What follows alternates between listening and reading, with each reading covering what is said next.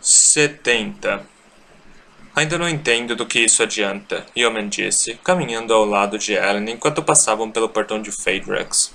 Ellen ignorou o comentário, acenando para um grupo de soldados. Parou ao lado de outro grupo.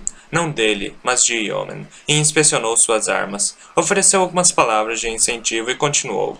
Yeoman observou em silêncio, caminhando ao lado de Ellen como um igual, não como um rei cativo. Os dois haviam chegado a uma trégua frágil, mas o campo de Colos lá fora era motivação mais que suficiente para mantê-los trabalhando em conjunto. Ellen tinha o maior exército dos dois, mas por pouco, e as forças de ambos pareciam cada vez menores frente aos Colos que não paravam de chegar. Deveríamos estar trabalhando no problema de saneamento. Yeoman continuou assim que estavam longe do alcance auditivo dos homens. Um exército existe baseado em dois princípios, saúde e alimentação. Forneça ambas e terá vitória. Ellen sorriu, reconhecendo a referência. Abastecimento em escala, de Trantison. Poucos anos antes, ele teria concordado com Yeoman, e os dois provavelmente passariam a tarde discutindo a filosofia de liderança no palácio do rei obrigador. No entanto, Ellen aprendera coisas nos últimos anos que simplesmente não teria sido capaz de extrair dos estudos. Infelizmente, isso significava que ele não era capaz de simplesmente explicá-las a Yeoman, não no período que tinham. Então, em vez disso, ele assentiu para a rua. Podemos seguir para o hospital agora, se quiser, Lord Yeoman.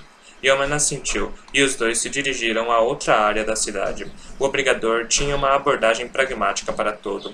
Problemas deviam ser enfrentados de forma rápida e direta. Tinha uma mente boa, apesar de sua tendência a fazer julgamentos precipitados. Enquanto caminhavam, Ellen tomou o cuidado de prestar atenção nos soldados nas ruas, em serviço e fora dele.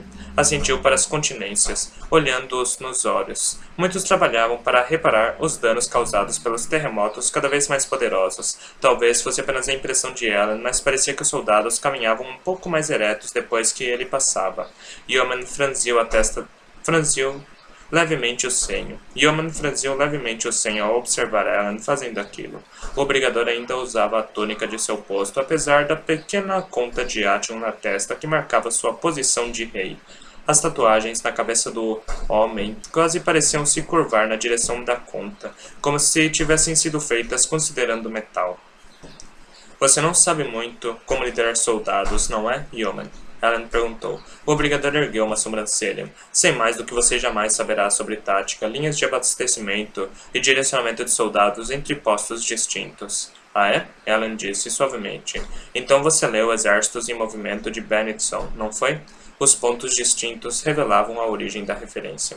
As rugas na testa de Yeoman se aprofundaram. Uma coisa que nós estudiosos tendemos a esquecer, Yeoman, é o impacto que as emoções podem ter em uma batalha. Não se trata apenas de comida, sapatos e água limpa, por mais necessários que sejam. Trata-se de esperança, coragem e vontade de viver. Soldados precisam saber que seu líder estará na luta, se não matando inimigos, dando instruções pessoalmente atrás das fileiras. Eles não podem pensar nele como uma força abstrata no alto de uma torre distante, olhando tudo por uma janela e ponderando sobre as profundezas do universo. Yeoman não disse nada enquanto caminhavam pelas ruas, que apesar de estarem limpas das cinzas, estavam abandonadas. A maioria da população havia se retirado para os fundos da cidade, onde os colos chegariam por último caso invadissem. Estavam acampados ao léu, pois com os terremotos os edifícios se mostravam cada vez menos seguros. Você é um homem interessante, Ellen Venture. Yeoman falou por fim. Sou um bastardo. Yeoman ergueu a sobrancelha. Em composição, não em temperamento ou nascimento, Ellen disse, com um sorriso. Sou uma amálgama do que precisei ser. Parte estudioso, parte rebelde, parte nobre, parte nascido da bruma e parte soldado. Às vezes nem eu sei quem sou. Foi um verdadeiro inferno fazer todas as peças funcionarem juntas. E, bem quando estou começando a entender tudo isso, o mundo vai e desmorona nas minhas costas. Ah, chegamos. O hospital de Yeoman era um prédio do ministério convertido, o que, na opinião de Ellen, mostrava que Yeoman estava disposto a ser flexível. Seus prédios religiosos não eram sagrados a ponto de ele não conseguir reconhecer que eram as melhores instalações para cuidar de doentes e feridos. Lá dentro encontraram médicos atendendo aqueles que haviam sobrevivido ao embate inicial com os colos. Yeoman saiu às pressas para falar com os burocratas do hospital. Aparentemente, estava preocupado com o número de infecções com que os homens tinham sofrido. Alan foi até a ala de casos mais sérios e começou a visitá-los, oferecendo palavras de incentivo. Era um trabalho difícil olhar para os soldados que sofriam por conta de sua tolice. Como ele pode ter ignorado a possibilidade de ruína tirar os colos dele? Fazia muito sentido. E ainda assim, Ruína o havia manipulado bem, fazendo pensar que os inquisidores controlavam os colos, fazendo-o sentir que podia contar com as criaturas. O que teria acontecido, ele pensou, se eu tivesse atacado esta cidade com eles, como originalmente planejado? Ruína teria saqueado Phaedrax, massacrando todos ali e depois virado os colos contra os soldados de Ellen. Agora, as fortificações defendidas pelos homens de Ellen e de Omen haviam-na feito parar por tempo suficiente para que precisasse reunir suas forças antes de atacar. Condenei esta cidade, pensou Ellen, sentada ao lado do leito de um homem que havia perdido o braço para a lâmina de um colos. Aquilo o frustrava. Ele sabia que havia tomado a decisão correta e, na verdade, preferia estar dentro da cidade, quase certo de sua condenação, a estar lá fora em um cerco vencedor, pois sabia que o lado vencedor nem sempre era o certo. Ainda assim, aquilo o levava de volta à frustração contínua pela incapacidade de proteger seu povo, e apesar do governo de Yeoman em Phaedrax, Ellen considerava aquele povo seu também. Assumira o trono do Senhor Soberano, nomeando-se Imperador. O Império Final inteiro estava sob seus cuidados. Do que adiantava um governante que não conseguia proteger sequer uma cidade, quanto mais um império cheio delas? Uma agitação em frente ao hospital chamou sua atenção. Ele desviou os pensamentos obscuros de lado. Ele deixou os pensamentos obscuros de lado e se despediu do soldado. Correu para a entrada, onde Yeoman já havia aparecido para ver o que acontecia. Uma mulher segurava um garoto que tremia descontroladamente com convulsões. Um dos médicos correu, pegando o menino. Doença das brumas? Ele perguntou. A mulher assentiu, chorando. Eu o mantive em casa até hoje. Eu sabia que eles o queriam. Ah, por favor. Yeoman sacudiu a cabeça enquanto o médico levava o garoto para um leito. Deveria ter me ouvido, mulher, ele disse com firmeza. Todos na cidade deveriam ter sido expostos às brumas. Agora seu filho tomará um leito que podemos precisar para os soldados feridos. A mulher se encolheu, ainda chorando. Yeoman suspirou, mas Ellen podia ver a preocupação nos olhos dele. Yeoman não era insensível, apenas pragmático. Além disso, suas palavras faziam sentido. Não tinha lógica esconder alguém dentro de casa a vida toda, apenas pela possibilidade de ele cair nas brumas. Cair nas brumas, pensou Ellen sem motivo, olhando para o garoto no leito. Ele havia parado de convulsionar, mas o rosto ainda se contorcia numa expressão de dor. Parecia estar sofrendo muito. Ellen havia sentido dor assim apenas uma vez na vida. Nunca descobrimos o que causa a doença das brumas, ele pensou. O espectro das brumas jamais voltara, mas talvez Yeoman soubesse alguma coisa. Yeoman, ele disse, caminhando até o sujeito, tirando-o de sua discussão com os cirurgiões. Alguém por aqui descobriu a razão para a doença das brumas? Razão? Precisa haver razão para uma doença? Deve haver para uma tão estranha. Você percebeu que ela atinge exatamente 16% da população? 16% exatamente. Em vez de se surpreender, Yeoman apenas deu de ombro. Faz sentido. Faz? 16 é um número poderoso, Venture, Yeoman disse, olhando para os relatórios. Foi o número de dias que o Senhor Soberano levou para chegar ao posto da Ascensão, por exemplo. Tem certo destaque na doutrina da Igreja. Claro, pensou Ellen. Yeoman não ficaria surpreso ao descobrir a ordem na natureza. Ele acredita em um Deus que a ordenou. 16, Ellen disse, olhando para o garoto doente. O número dos inquisidores originais, Yeoman comentou. O número de preceitos em cada carta de Cantão. O número de metais holomânticos. Espere, Ellen disse, erguendo os olhos. Como é? Metais holomânticos, Yeoman disse. Há apenas 14. Yeoman negou com a cabeça. 14 que conhecemos, supondo que sua lady esteja certa sobre o metal ligado ao alumínio. No entanto, 14 não é um número de poder. Os metais holomânticos vêm em duplas. O agrupamento em quartetos. Parece que há mais 2 que ainda não descobrimos, o que leva o número a 16. 2 vezes 2 vezes 2 vezes 2. 4 metais físicos, 4 metais mentais, 4 metais fortalecedores, 4 metais temporais. 16 metais. Ellen olhou para o garoto novamente. Dor. Ellen sentira aquela dor uma vez, no dia em que seu pai ordenara que lhe batessem para lhe causar dor tamanha a ponto de ele pensar que poderia morrer. Batessem para levar seu corpo às raias da morte, para que ele estalasse. Batessem para descobrir se ele era um alomântico. Senhor soberano, pensou Ellen em choque. Ele correu para longe de Yeoman, voltando à ala de soldados do hospital. Quem aqui foi atingido pelas brumas? Ellen questionou. Os feridos o olharam com expressões desconfiadas. Algum de vocês ficou doente? Ellen perguntou. Quando eu os expus às brumas? Por favor, preciso saber. Lentamente, o homem com o braço ergueu a mão remanescente. Fui atingido, milord. Desculpe. Estive ferido, provavelmente. Este ferimento provavelmente foi uma punição por... Ellen o interrompeu, correndo até ele, puxando o frasco de metal sobressalente. Beba isso. Ele ordenou. O homem hesitou. Em seguida, fez como ordenado. Ellen ajoelhou-se ao lado do leito, ansioso à espreita. O coração palpitava no peito. Então, ele finalmente perguntou. Então, o que, milord? O soldado devolveu a pergunta. Sente alguma coisa? Ellen questionou. O soldado deu de ombros. Cansaço, milord? Ellen fechou os olhos, suspirando. Era uma ideia tola. Bem, isso é estranho, o soldado disse de repente. Ellen abriu os olhos, arregalando-os. O soldado continuou, parecendo um pouco distraído. Eu não sei o que fazer com isso. Queime, Ellen disse, acionando o bronze. Seu corpo saberá como, se você permitir.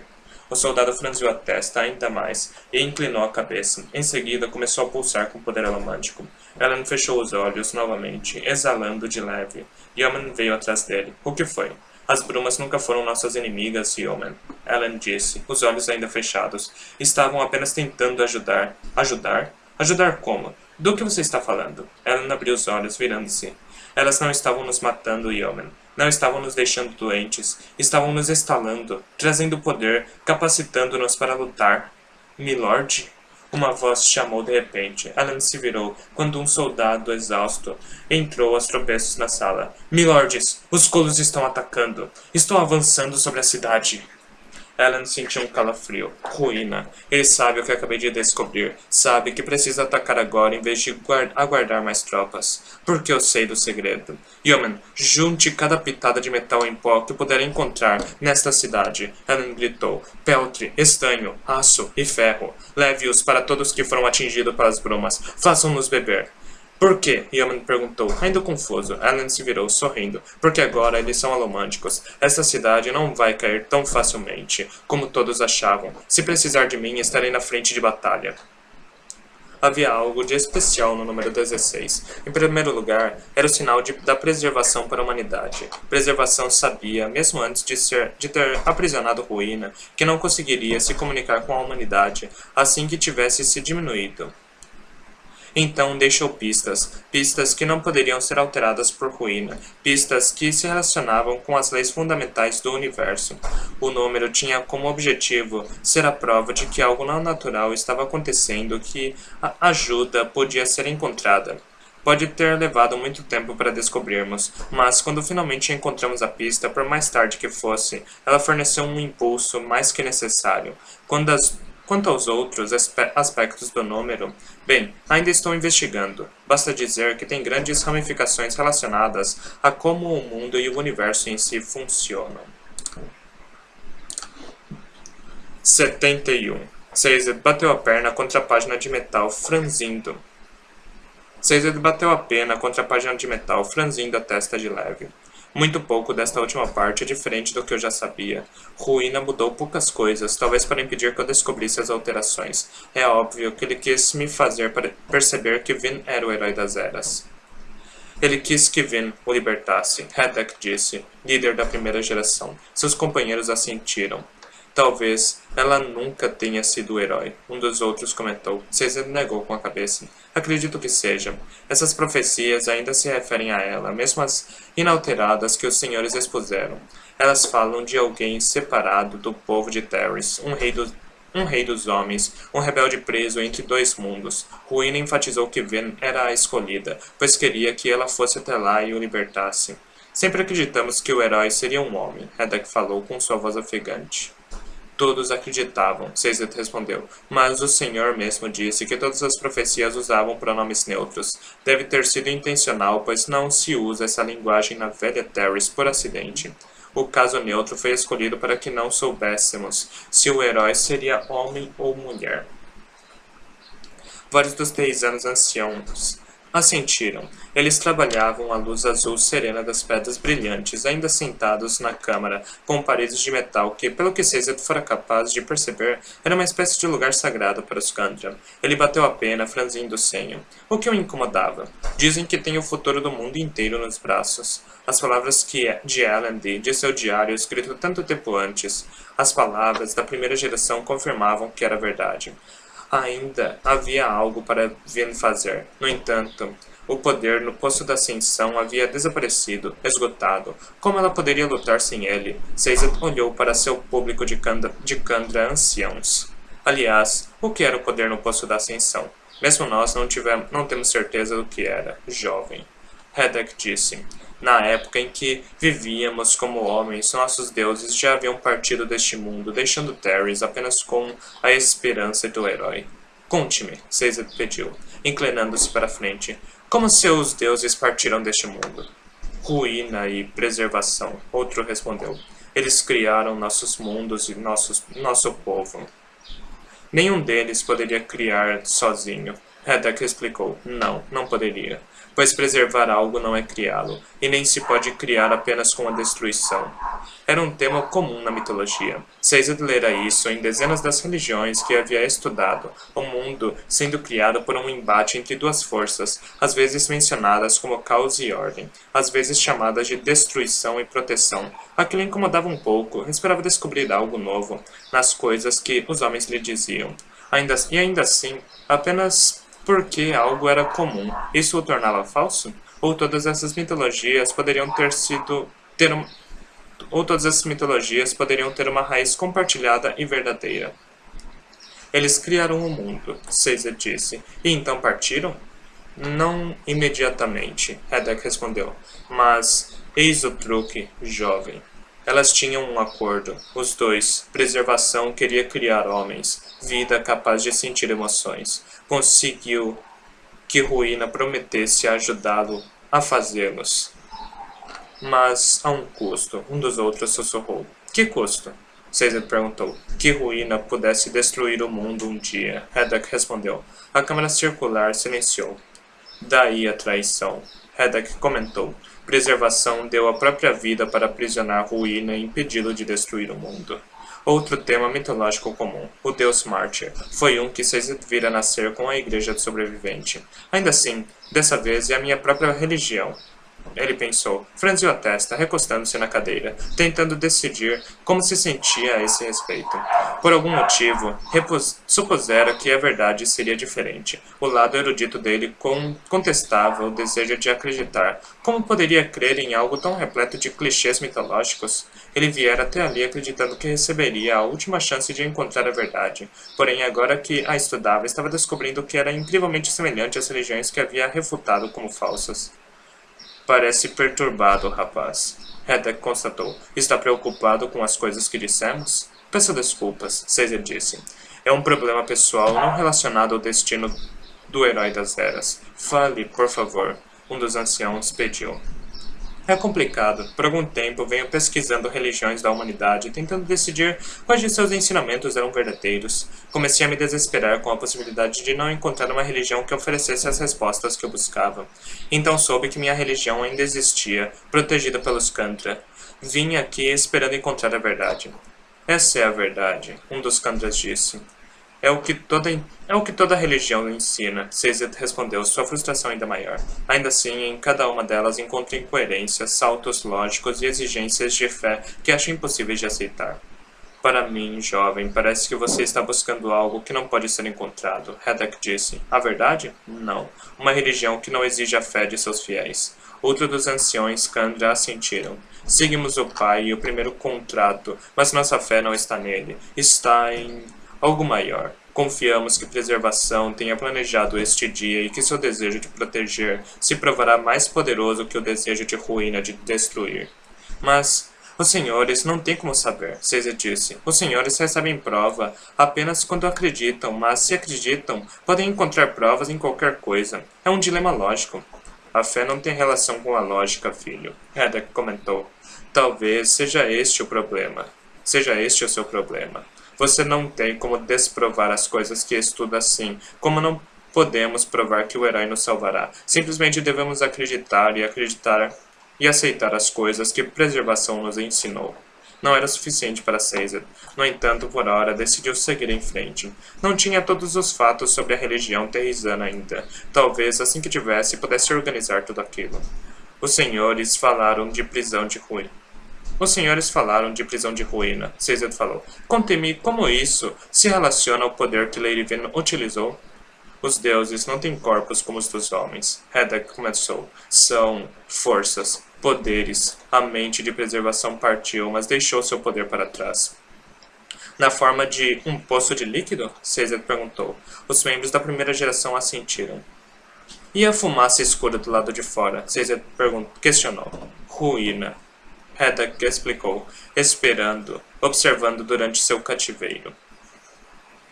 Caesar fez cara de dúvida.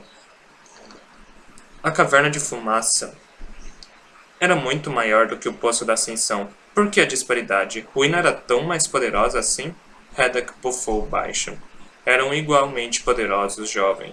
Eram forças, não homens, dois aspectos de um único poder. Um lado da moeda é mais poderoso que o outro? Eles influenciaram o mundo ao redor com a mesma intensidade. Mas, outro acrescentou, existe uma história de que preservação doou muito de si para fazer a humanidade, para criar algo que tivesse mais de preservação em si do que ruína. Ainda assim, seria apenas uma pequena quantidade em cada indivíduo, mínima, fácil de perder de vista, exceto se observando por um longo período. Então, por que a diferença em tamanho? Caesar perguntou. Você não está entendendo, jovem, Hedek disse. O poder naquele poço não era preservação. Mas o senhor acabou de dizer que era parte de preservação, com certeza, Hedek continuou. Mas ele era uma força. Sua influência está em todo lugar. Um pouco dela, talvez concentrada naquele poço. O restante está em outros lugares e em todos os lugares. Mas Ruína tinha a mente concentrada lá. Outro Kandra disse, e assim seu poder tendia a se reunir naquele local, muito mais dele, ao menos, do que de preservação. Mas não ele inteiro. Outro disse, rindo. Caesar inclinou a cabeça. Não ele inteiro? Ele também estava espalhado pelo mundo, suponho? De certa forma. Hedek respondeu. Agora, vamos falar das coisas do primeiro contrato. Outro Kandra alertou. Hedek hesitou, em seguida se virou, analisando os olhos de Caesar. Se o que este homem diz é verdade, então Ruína escapou. Significa que ele virá buscar seu corpo, seu poder. Caesar sentiu um calafrio. Está aqui? Perguntou baixinho. Hedek assentiu. Não recolhemos. O primeiro contrato, como o senhor soberano nomeou nosso fardo neste mundo. Os outros filhos tinham um objetivo. Outro Kandra acrescentou. Os colos foram criados para lutar. Os inquisidores para serem sacerdotes. Nossa tarefa era outra. Reunir poder. Hedek disse. E protegê-lo. Escondê-lo. Mantê-lo. Pois o pai sabia que Ruína escaparia um dia. E nesse dia ele começaria a buscar o próprio corpo. O grupo de Kandra envelhecidos olhou para além de Caesar. Ele franziu o senho, virando-se para seguir seus olhos. Encarava uma plataforma de metal. Lentamente, Caesar se levantou, caminhando pelo chão de pedra. A plataforma era grande. Talvez 6 metros de comprimento, mas não muito alta. Ele subiu nela, fazendo um dos Kandras arfar. Nenhum ergueu a voz para impedi-lo, porém. Havia uma fresta bem no meio da plataforma circular. Um buraco, talvez do tamanho de uma moeda grande. No centro, Caesar espiou através do buraco, mas era escuro demais para ver qualquer coisa. Ele se afastou. Talvez ainda tenha um pouco sobrando, pensou, olhando para a mesa com suas mentes de metal. Eu enchi aquele anel por alguns meses antes de parar de usar minhas mentes de metal.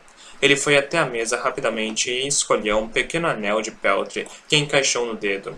Olhou então para os membros da primeira geração. Eles desviaram do olhar inquiridor. Faça o que precisar fazer, rapaz, Hedek disse, sua voz envelhecida ecoando na sala. Não poderíamos impedi-lo, mesmo que quiséssemos. Sazed voltou para a plataforma e acionou na mente de Peltry a força que havia armazenado um ano antes. Seu corpo imediatamente ficou várias vezes maior que o tamanho normal, e suas túnicas de repente ficaram apertadas. Com as mãos grossas e musculosas, ele se abaixou, apoiando-se contra o chão rústico e empurrando um dos lados do disco. O metal raspou contra a pedra ao se mover, revelando um grande fosso.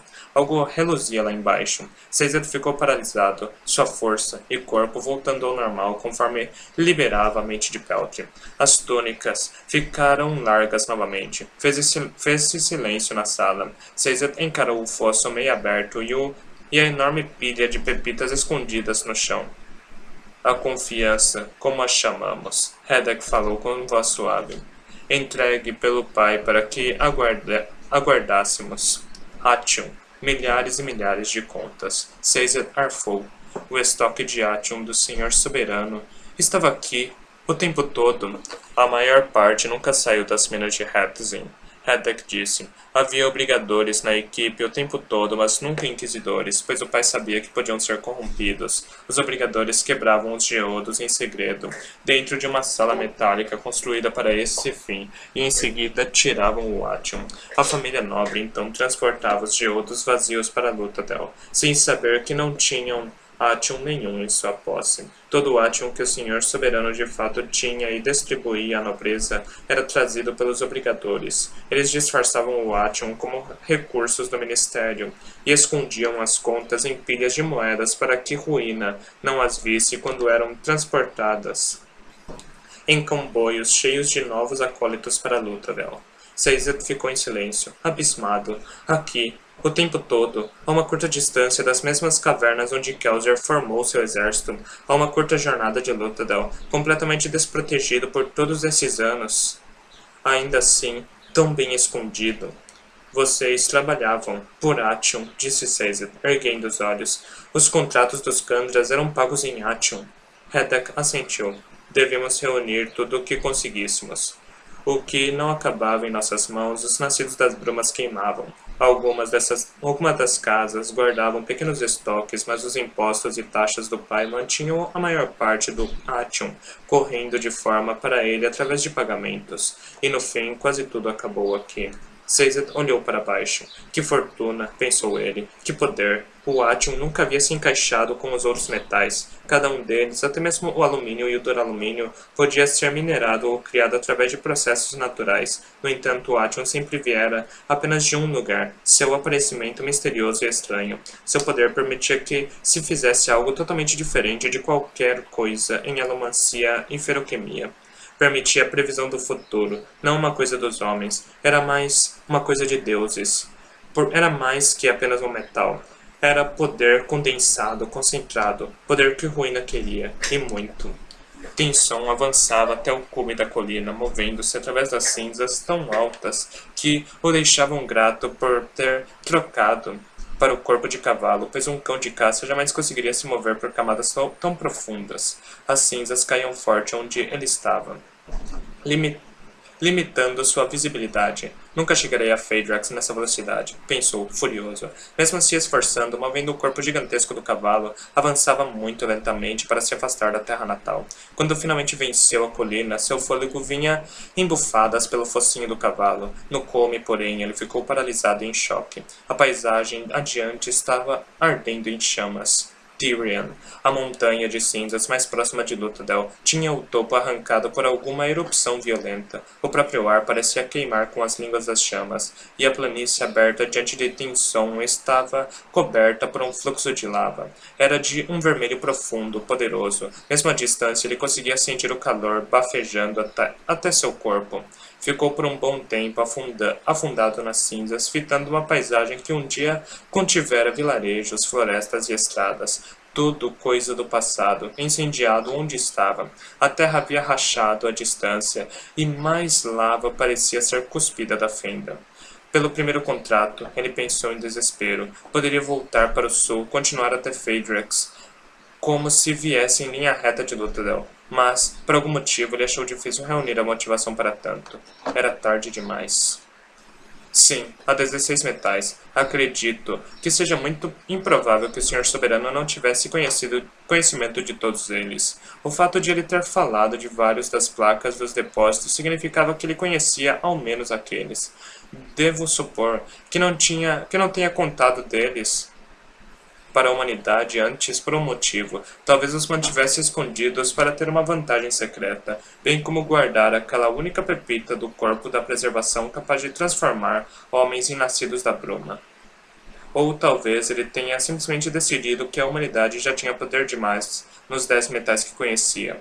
Algumas coisas nunca saberemos. Parte de mim ainda acha o que ele fez lamentável. Durante o reinado de 1000 anos do Senhor Soberano, quantas pessoas nasceram, estalaram, viveram e morreram sem saber que eram brumosos, simplesmente porque seus metais eram desconhecidos. Claro, isso nos deu uma pequena vantagem, no fim das contas. Ruína teve muita dificuldade em dar duralumínio a seus inquisidores, pois eles precisavam de um alumântico que pudesse queimá-lo para matar antes que pudessem usá-lo. E, como nenhum dos brumosos de duralumínio no mundo sabia sobre seu poder, eles não o queimavam e não se revelavam para a ruína. Aquilo deixou a maioria dos inquisidores sem duralumínio, exceto em poucos casos importantes, como Marsh, que os tornaram de nascidos da bruma. Que os tomaram de nascidos da bruma. Em geral, era considerado um desperdício, pois se um nascido da bruma fosse morto por hemalurgia, era possível extrair apenas um dos 16 poderes e se perdia o restante. Ruína considerava uma barganha muito melhor tentar corrompê-los e ter acesso a todos os poderes.